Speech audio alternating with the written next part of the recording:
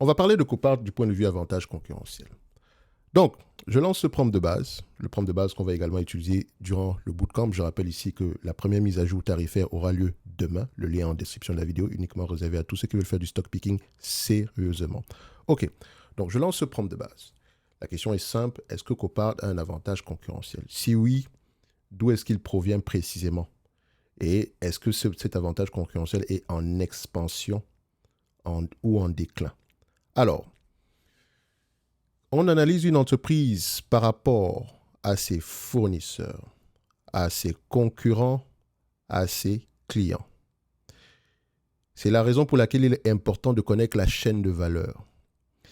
Et quand on regarde Copart, il faut se demander qui est fournisseur de Copart, qui sont les clients de Copart, qui sont les concurrents de Copart. Une fois que vous avez cette carte-là, vous comprenez mieux pourquoi est-ce que Copart a un avantage concurrentiel large. On va y aller petit à petit. Il est large, il est stable. Donc, le fait que le prix de Copart soit à ce niveau en date d'aujourd'hui, ce n'est pas forcément lié au fait que le business principal se détériore. OK? Et s'il y a même détérioration, disons ici que ce sont des éléments à court terme. Parce que la tendance à long terme va dans l'autre sens. Le vieillissement des véhicules aux États-Unis. OK? En supplément de ça, vous avez également un business dans lequel c'est presque un duopole. Même pas presque, c'est un duopole. Parce que le concurrent de Copart, c'est qui? RB Global. Avec, je pense, voilà, il y a un segment de RB Global qui est concurrent direct de Copart, parce que RB Global a autre chose également. Donc RB Global, la canadienne, oui, c'est une compagnie canadienne. D'accord? Il y a de très belles entreprises au Canada. Je pense même que, bon, bref, il ne faut pas que je fasse de digression. On va rester concentré. Alors, Copart, une fois qu'on sait à peu près qui sont les acteurs qui rentrent ici dans tout ce processus-là, donc on a les assureurs, également en tant que fournisseurs. Et si on parle des assureurs en tant que fournisseurs et qu'on est dans un système, dans un duopole, on comprend mieux les coûts de changement parce que les assureurs ont besoin de nous. OK? Il est difficile pour eux de changer pour quelqu'un d'autre. Donc, les compagnies d'assurance intègrent leur processus de gestion de sinistres directement dans la plateforme de Copart, ce qui crée une friction réelle à changer de prestataire au milieu d'un flux opérationnel établi. Et ceux qui connaissent les compagnies d'assurance savent que ici, les prévisions sont très importantes. C'est grâce à ça qu'on arrive à mieux structurer ici l'offre concernant ici les premiums qu'on demandera aux clients. Il faut apprécier le risque. Donc, Copart est un maillon essentiel pour que les compagnies d'assurance puissent mieux apprécier, puissent mieux gérer le risque en cas de sinistre. C'est indispensable.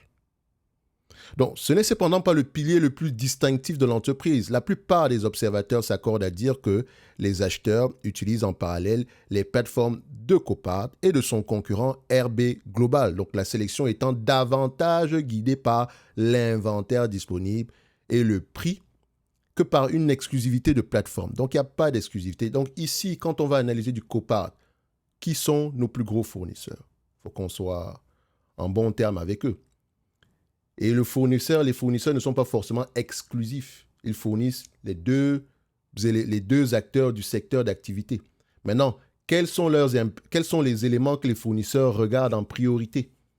C'est ça qu'il va falloir étudier. Donc, je continue. Et juste une petite histoire entre parenthèses.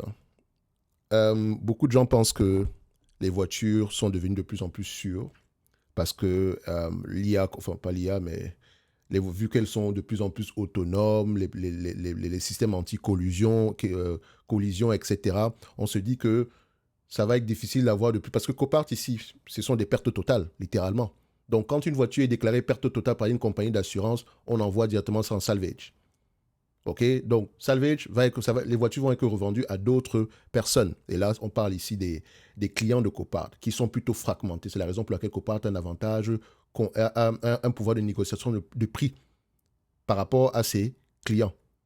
D'accord? Donc, ici, dites-vous une chose. Les voitures, certes, sont de plus en plus intelligentes, mais le coût de réparation est de plus en plus élevé. Histoire vraie. J'ai un ami qui a fait un accident dernièrement. Il n'était pas, c'était même pas un accident grave de manière générale. Voilà, quelqu'un a égratigné son pare-choc de manière, voilà, il a égratigné son pare-choc. Et si vous ne vous rapprochez pas du véhicule, vous ne pouvez pas voir qu'il y a eu un impact.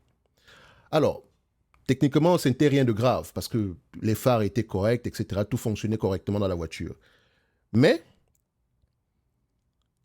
vous savez combien la réparation a coûté? 9 000 $. Vous savez combien ce véhicule a coûté? Ce véhicule a coûté à peu près, je pourrais vous montrer si je pouvais vous montrer les photos ici, malheureusement. Bref, c'est pas plus important que ça. Mais le véhicule en question a coûté 35 000 $. C'était une voiture d'occasion à l'achat. La réparation a coûté les pièces ont coûté 6 800 $, la main-d'œuvre 2200 $, quelque part comme ça. Donc on était à 9 000 $ et des patates. Sur une voiture de 35 000 $ pour une égratignure. Je dis bien une égratignure. Le genre de choses, nous en Afrique, on aurait pu continuer à rouler avec ce type de véhicule-là.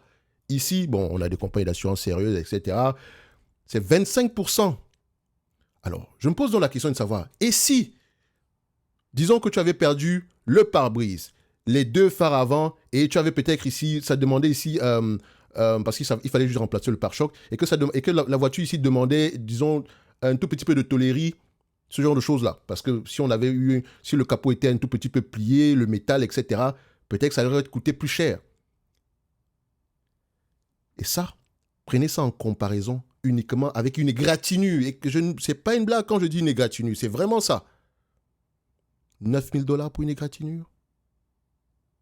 Et si ça avait été légèrement un peu plus grave, c'était une perte totale. Parce que la compagnie d'assurance va calculer ceci. Quand la voiture fait quand il y a un accident, d'accord? Quand il y a un accident, la compagnie d'assurance va envoyer ton véhicule chez un de ses partenaires. Boy Group Service, je vous parle souvent de cette compagnie, faites comme vous voulez, d'accord? Elle est également en relation, elle est également dans le maillon, dans la chaîne de valeur.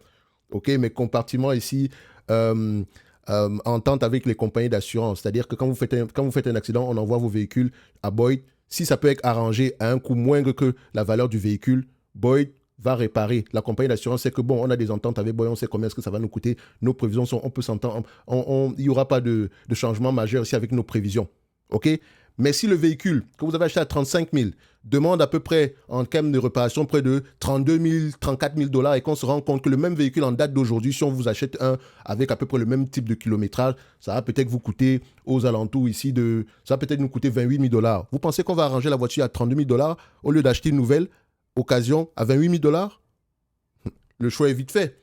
La compagnie d'assurance va prendre le véhicule en question, l'envoyer en salvage. Pourtant, ça roule encore très bien. Il y a d'autres personnes qui vont se charger de venir acheter ce véhicule, etc. C'est comme ça que ça fonctionne dans cette industrie-là.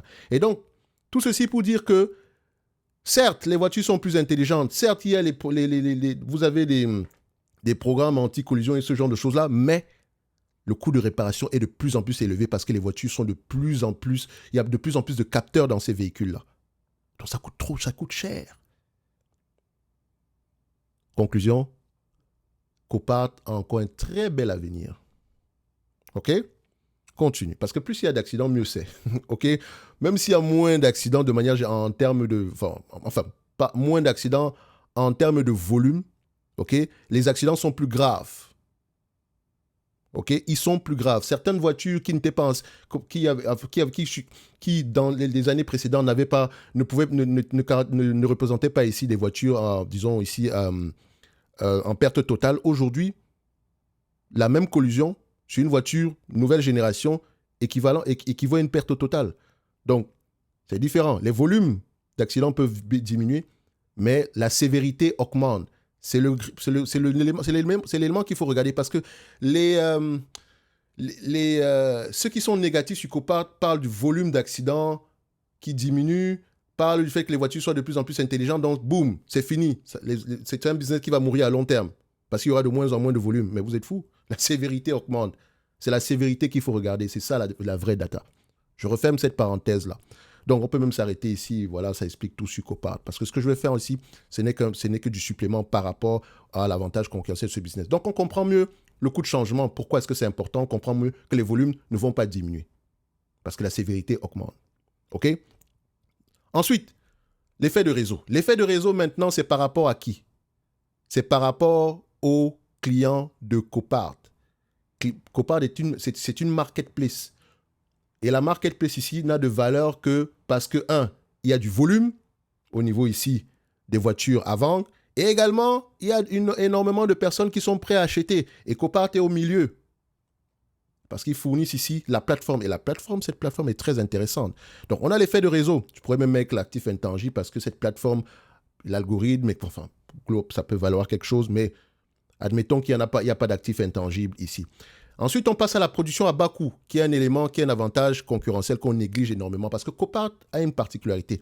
Contrairement à son principal concurrent qui a historiquement loué une grande partie, historiquement, ça ne veut pas dire qu'il continue à le faire, qui a historiquement loué une grande partie de ses terrains, Copart en est propriétaire, ce qui l'isole des renégociations de bail et de l'inflation des coûts fonciers tout en lui permettant de maintenir volontairement une capacité excédentaire pour absorber rapidement les pics de volume après une catastrophe naturelle majeure.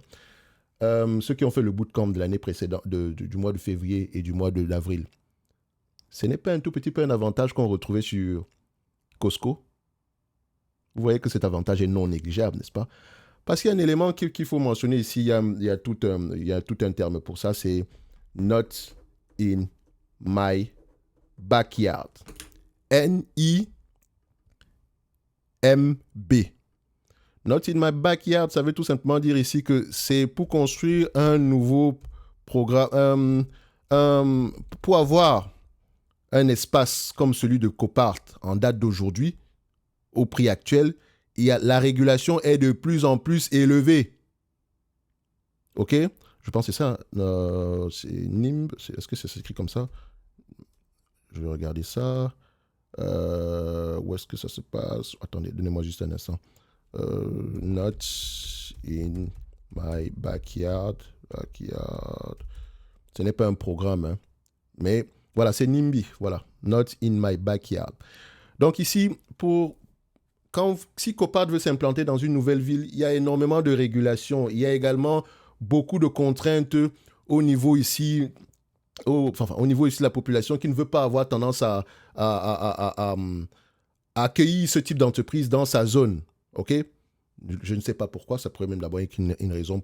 Il faudrait aller regarder pourquoi. Il faudrait aller regarder d'ailleurs quelles en sont les raisons. Je pense que vous avez également certaines raisons ici.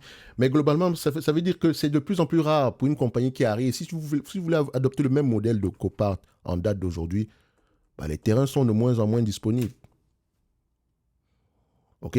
Ces terrains sont de moins en moins disponibles. Donc, la contrainte de coût ici va être peut-être plus élevée pour le concurrent de Copart parce que même si elle veut faire la même chose, détenir son foncier, c'est un peu compliqué.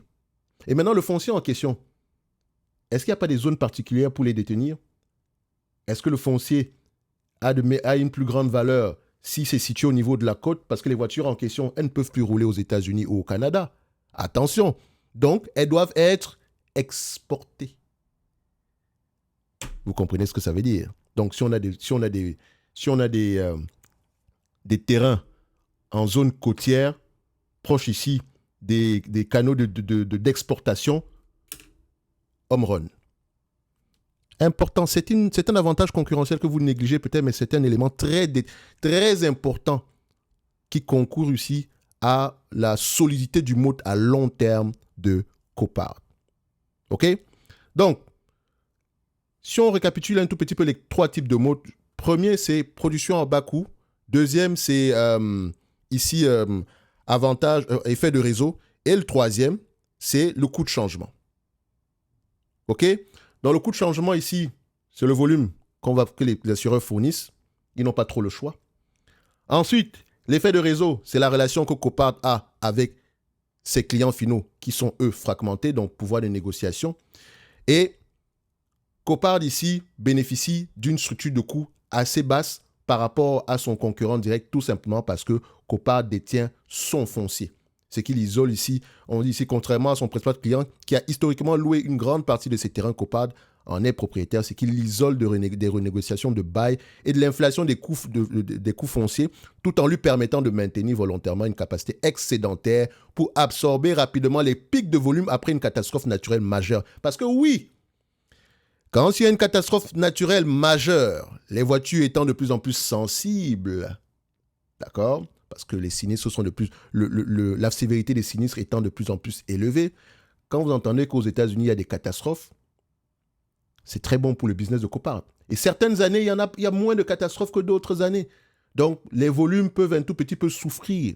Mais ce n'est pas forcément parce que Copart perd des parts de marché. Il faut toujours remettre les choses dans leur contexte. C'est la raison pour laquelle, quand on a de bons résultats, on se demande pourquoi. Quand on va lire, on va dire « Ah, l'ouragan a été bénéfique pour nous. » Mais vous pensez que les ouragans, il y en a chaque année aussi sévères? Certaines années, il n'y en a pas. Mais c'est très récurrent de manière générale. On va le dire comme ça. Donc, ici, vous comprenez mieux pourquoi Copart mérite s'échanger au moins une vingtaine de fois les bénéfices. Alors, on continue. Parce que là, on sait que c'est un business qui est incontournable. Ils peuvent augmenter les prix. Augmenter les prix chez qui? Auprès des clients finaux qui n'ont pas trop le choix. Et quand on dit augmenter les prix, ça veut dire qu'ils ont une structure de coût assez basse ici qui fait que même si leurs concurrents veulent augmenter les prix, techniquement, ils vont se retrouver ici, généralement avec des marges un peu moins élevées. Donc, s'il y a même une concurrence au niveau des prix du salvage, Copart peut même l'État un tout petit peu baisser, mais tout en gagnant toujours autant. Bref, 20 fois les bénéfices, on peut déjà tirer la conclusion à ce niveau. Et si on n'a même pas encore regardé les chiffres, je pense que vous connaissez les chiffres de Copart. Maintenant, quand on dézoome un tout petit peu, parce que Copart est majoritairement en Amérique du Nord, Copart est en train de s'étendre en Europe, qui est un marché un peu plus particulier. Pas toutes les compagnies. En Europe, disons ici que l'Allemagne se rapproche un peu plus des États-Unis. Et donc, c'est peut-être dans ce pays-là qu'ils vont commencer, mais il y a un marché potentiel dans cette zone-là. Donc, c'est un potentiel de croissance. On a une croissance des revenus ici. Ensuite, gross margin. Qu'est-ce qu'on a? On a une grosse margin ici aux alentours de 47%. Marge EBITDA. Qu'est-ce qu'on a? On a une marge EBITDA ici de près de 42%. Et vous connaissez la chanson. C'est la tendance qu'on regarde. Stabilité, premier niveau de pricing power. Croissance, deuxième niveau. Si le qualitatif se comporte bien, ça se voit au niveau des chiffres. Si le qualitatif commence à se détériorer, ça se verra au niveau des chiffres, mais un peu plus tard. Notre rôle en tant qu'investisseur, c'est de surveiller le qualitatif. Parce que ça nous permet d'anticiper les choses. Point à la ligne. Ce n'est pas de surveiller les chiffres. On ne surveille pas les chiffres. Les chiffres, c'est bien, ce n'est que le résultat de ce qui se passe, ce n'est que le résultat de ce qui se passe en profondeur. Et la détérioration peut continuer bien avant que les chiffres ne le montrent, parce que les chiffres sont en retard. OK? C'est pour ça que c'est important de lire. Si vous faites du stock picking et que vous n'aimez pas lire, achetez des ETF, s'il vous plaît. C'est mieux pour vous. Je sais ça. Il faut que je vous dise la vérité. C'est mieux comme ça.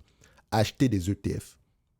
Mais si vous voulez faire du stock picking sérieusement, eh bien, il faut commencer à se poser des questions d'investisseur. Et un investisseur ne se focus pas sur les chiffres uniquement. Les chiffres lui permettent de poser des questions supplémentaires. Les chiffres lui permettent de gagner du temps par rapport à quelle entreprise pourrait mériter son attention. OK? Donc, n'oubliez pas, en description de la vidéo, vous avez le lien vers le bootcamp. Comme je l'ai dit, mardi, le 18 du mois de août, la première augmentation de prix. Parce que ça fonctionne. OK? Et le bootcamp, je pense que si on arrive jusqu'au 1er du mois de août, on va atteindre les... Bref, le prix va doubler par rapport à ce qui est présentement sur le document en question. Je pense que vous pouvez le voir ici, hein. Je ne sais pas où c'est, mais vous pouvez aller voir, vous cliquez dessus, vous irez voir à peu près quand j'ai dit le prix va doubler, vous irez voir. Parce que ça fonctionne, les amis. Je vous l'ai expliqué dans cette vidéo aussi. Et on va revenir sur une chose qui est importante. La raison pour laquelle vous allez être de plus en plus confiant quand vous détenez une entreprise, surtout pour le long terme, c'est parce que vous comprenez vos dossiers. Et il n'y a rien de plus... l'élément qui m'aide, moi, généralement, c'est de mieux comprendre l'avantage concurrentiel d'une entreprise. Pas juste en disant que, oui, le ROIC est de tel ou bien elle a le mot ou je ne sais pas quoi, mais il faut comprendre comment est-ce qu'il fonctionne.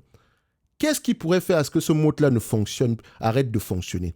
Quel est l'élément ici qui pourrait mettre à mal la compagnie Copart? Si les volumes disparaissent, qu'est-ce qui se passe? Si les compagnies d'assurance décident de changer leur façon de faire, qu'est-ce qui se passe? Est-ce que c'est quelque chose qui pourrait facilement arriver? Moi, ma réponse est non, parce que les compagnies d'assurance ont besoin de prévision.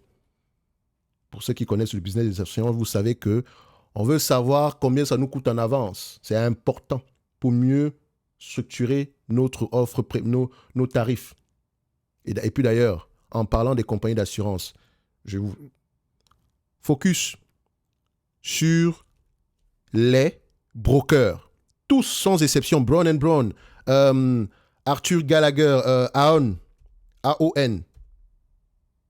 Toutes ces compagnies sont sous-évaluées. Ne me dites pas merci. D'accord? Je continue. C'est comme ça que je raconte souvent mes affaires. Alors, on va passer à l'analyse, à l'évaluation quantitative ici. Comme je l'ai dit, c'est un business que je paye au moins une vingtaine de fois les bénéfices. Je pourrais même mettre 20 fois les bénéfices vu le duopole parce que le pricing, il est là. Mais il ne faut pas également qu'ils exagèrent avec ce pricing-là. Donc, 20 fois les bénéfices, c'est ce qu'on a ici. Le marché a tendance à payer 22 fois les bénéfices en moins, donc 25 fois, etc. Je compare ici les net income et les free cash flow, histoire de voir si on parle le même langage. 1, en 2, ici, on les met là. Ça donne à peu près, les net income ont tendance à être un peu plus élevés. La question est de savoir pourquoi est-ce que les net income sont plus élevés. Est-ce qu'il y a un BFR ici qui impacte négativement ce business? Est-ce que ce sont des acquisitions? Alors que, non, pas les acquisitions ne vont pas rentrer ici dans le free cash flow. C'est surtout le CAPEX qui va rentrer dans le free cash flow. Est-ce que le CAPEX est de plus en plus élevé par rapport aux revenus? Il est plutôt stable par rapport à ce qu'on connaît. Donc, il y a un BFR qui peut avoir tendance à impacter. Ce n'est pas forcément mauvais. OK?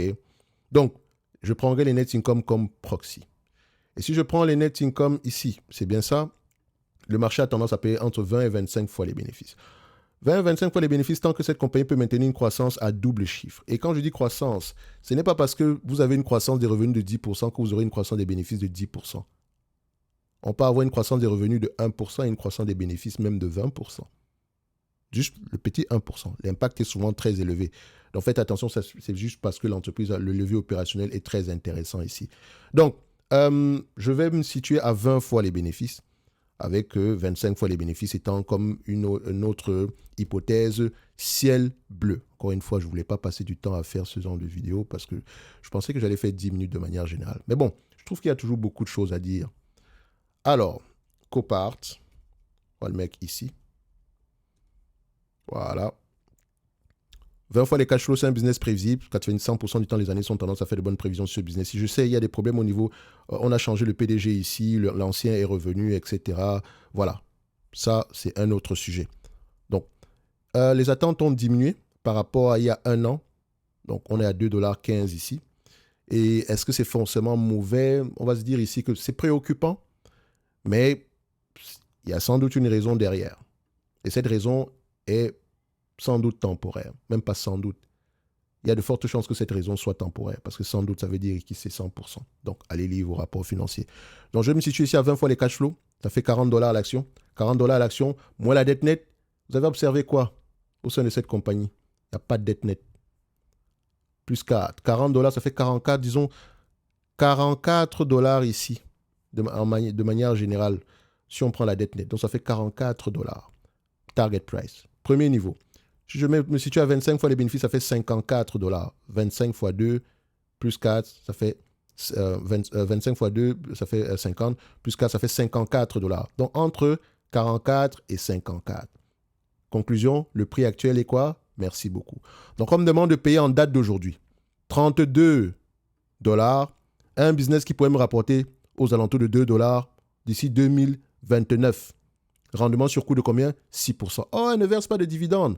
Elle pourrait te verser 5% ici aujourd'hui si elle voulait. Qu'est-ce qu'elle fait avec ce capital-là? Elle rachète les actions. Et elle les rachète massivement. Regardez le buyback yield. Près de 5%. Regardons le shareholder. Bon, ça ne sert à rien de regarder le shareholder yield ici parce qu'il n'y a pas de dividende. Il n'y a même pas de dette. Donc, elle rachète massivement ses actions. Et on aime ça. Il y a de fortes chances que ça continue. En date d'aujourd'hui, je pense que Copart, la valeur ici du cash dans le bilan, je pense que c'est 14%. Elle pourrait racheter 14% de sa capitalisation boursière en date d'aujourd'hui, uniquement avec le cash qu'elle a dans le bilan. Uniquement. Donc, Copart a la capacité de souffrir, mes chers amis. Conclusion, Je viens dans ma watchlist, Copart, Commercial Services. On va le mettre ici à 44 $. Commercial Services, c'est où? Voilà, Copart, où est-ce que tu te situes? On a dit 44 $. OK. La dernière fois, on était à 43 $, donc c'est même presque la même chose, 44 $. Et je mets la date d'aujourd'hui, today. Voilà. Et on va mettre ici X20 BNF de 2029. Elle est un exercice fiscal décalé. Je ne sais pas pour vous, mais Copart est une excellente entreprise qui mérite d'avoir une place dans n'importe quelle watchlist, peut-être même une potentielle opportunité d'investissement. Pour ceux qui veulent aller plus loin ici, n'hésitez pas à aller regarder la taille du marché, etc., les possibilités de croissance. Et également, n'oubliez pas, ceux qui veulent faire du stock picking sérieusement ou apprendre à le faire sérieusement, afin que 2027 soit une année différente par rapport à 2026, afin d'investir avec conviction, vos propres convictions, rejoignez le bootcamp.